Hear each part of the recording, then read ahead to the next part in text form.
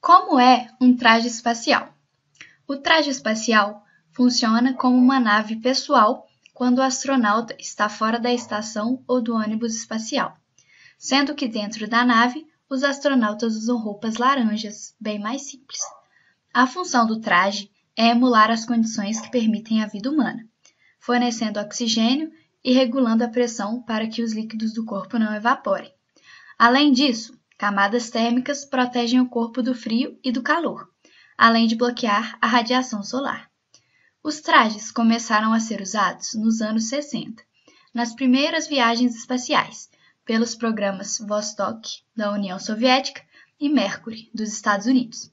Mesmo após décadas de evolução, os trajes devem passar por adaptações para cumprir as exigências de futuras explorações na Lua e em Marte.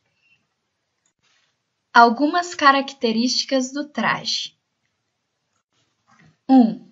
O visor tem 3 camadas, uma para situações de pouca luminosidade, outra escura e reflexiva para ambientes claros e uma terceira viseira, fosca, para bloquear a radiação em caso de tempestade solar. Câmeras e luzes são acoplados no capacete e o contato com a tripulação é feito por um microfone. 2. Um lacre de metal conecta as partes superior e inferior. Abaixo da cintura, anéis e amarras prendem o traje à nave.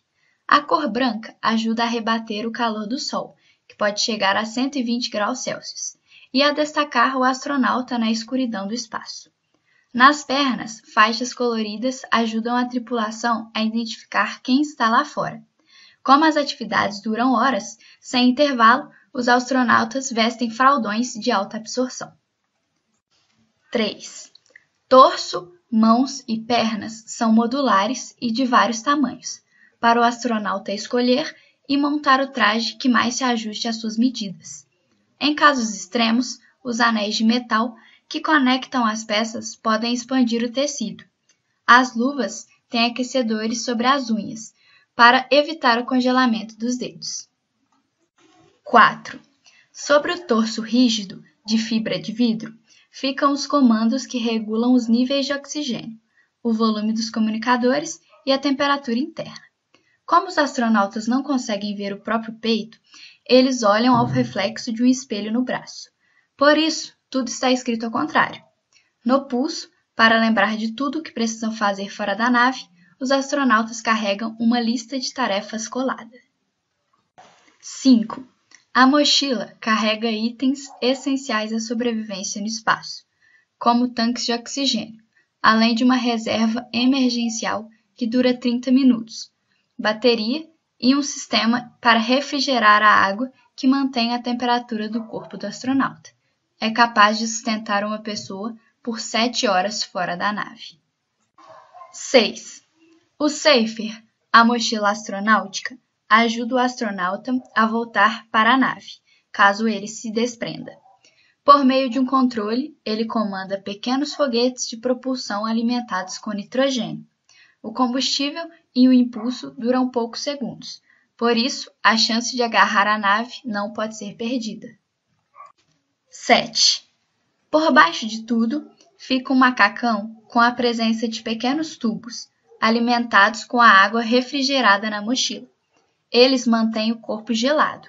Suar pode embaçar o capacete ou causar desidratação. E são envolvidos por tecidos flexíveis, que formam as primeiras das 14 camadas do traje. Se você é entusiasta e eu gosto do tema de exploração espacial e tecnologia, em algum momento, aposto já se deparou com o termo elevador espacial. Bem, mas o que é um elevador espacial? Se você não sabe o que é um elevador espacial, para que ele serve ou como ele funciona, eu vou lhe explicar tudo isso. Bem, sei que parece uma ideia de ficção científica imaginarmos um elevador que saia da Terra e vá para o espaço. Mas, no entanto, a proposta também foi levada seriamente em consideração por diversos cientistas, desde Konstantin Tchotchke, considerado como o pai da cosmonáutica soviética, Ele propôs em 1895 a construção de uma torre de aproximadamente 36 mil quilômetros quadrados. Uma estrutura dessa, sugerida pelo Tchaikovsky, permitiria colocar objetos em órbita geoestacionária da Terra, sem a necessidade de foguetes. Bem, desde então, uma série de estudos científicos desenvolveu o conceito em torno de baratear o custo de escapar da atração gravitacional do nosso planeta. O grande problema, no entanto, é que a construção de uma estrutura desse porte implica desafios que, até agora, eram impossíveis de serem superados, mesmo teoricamente. A época de Tchaikovsky, que diziam ter se inspirado na Torre Eiffel, não existiam materiais suficientemente resistentes para tirar a ideia do papel, entre outros problemas. O desafio durou até a década de 1960, quando uma equipe de engenheiros americanos aventou a possibilidade de utilizar um cabo preso a um satélite na órbita geoestacionária. A ideia do cabo espacial. Diversos outros cientistas continuaram trabalhando em uma busca de solução de problema, incentivados pela NASA e outras agências espaciais. Nos anos 90, houve um novo avanço, o desenvolvimento de nanotubo de carbono. Levou a NASA a se convencer que era factível o elevador espacial. E no fim de agosto desse ano, dois pesquisadores da Universidade de Cambridge, no Reino Unido, e de Columbia, nos Estados Unidos, apresentaram uma nova proposta de elevador espacial, que é viável com a tecnologia atual, segundo eles. Batizado de cabo espacial, o modelo desenvolvido por Ziv Pione e Emily Stanford propõe ancorar na Lua um cabo que se estende à zona gravitacional da Terra. Com os materiais atuais, é possível construir um cabo que se estende até a altura da órbita geoestacionária, o que facilitaria a viagem e a construção entre a Terra e a Lua. Disseram eles em um artigo para a revista Acta Astronômica, disponível no portal Archive da Universidade de Cornell. O tal cabo, estimam pesquisadores, teria que ser bastante estreito em suas extremidades para não desmoronar devido à pressão gravitacional, e também precisaria ser amplo no centro, a fim de impedir a quebra. Assim, em vez de gerar um pulso forte o suficiente para deixar a órbita da Terra, os astronautas teriam apenas que alcançar a extremidade inferior desse cabo espacial. Segundo a revista Futurismo, nesse modelo, a nave espacial se prenderia a um transportador alimentado por energia solar, que subiria por meio do cabo. Esse cabo seria uma infraestrutura muito parecida com as primeiras ferrovias. O transporte de pessoas e suprimentos seria muito mais simples e fácil do que uma viagem espacial típica, afirmou P9 a publicação, no futuro próximo.